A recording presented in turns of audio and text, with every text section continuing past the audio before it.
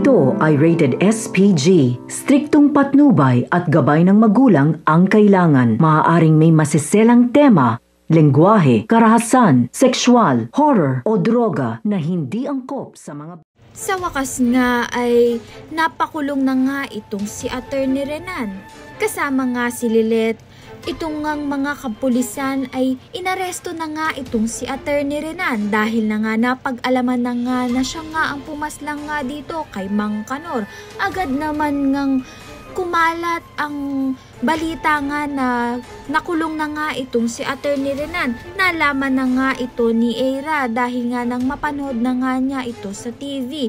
At tama nga raw lahat ng mga pinagsasabi nga nito ni Lilet sa kanya. Sa kabilang banda naman nga sa pamamagitan nga ng pagsasalita nga nito ni Alex Romantico ay napag-alaman nga na si Patricia ang pumaslang nga dito kay Meredith. Kaya naman nga si Patricia na ang susunod nga sa kulungan at mapagbabayaran na nga rin niya ang mga kasalanan niya.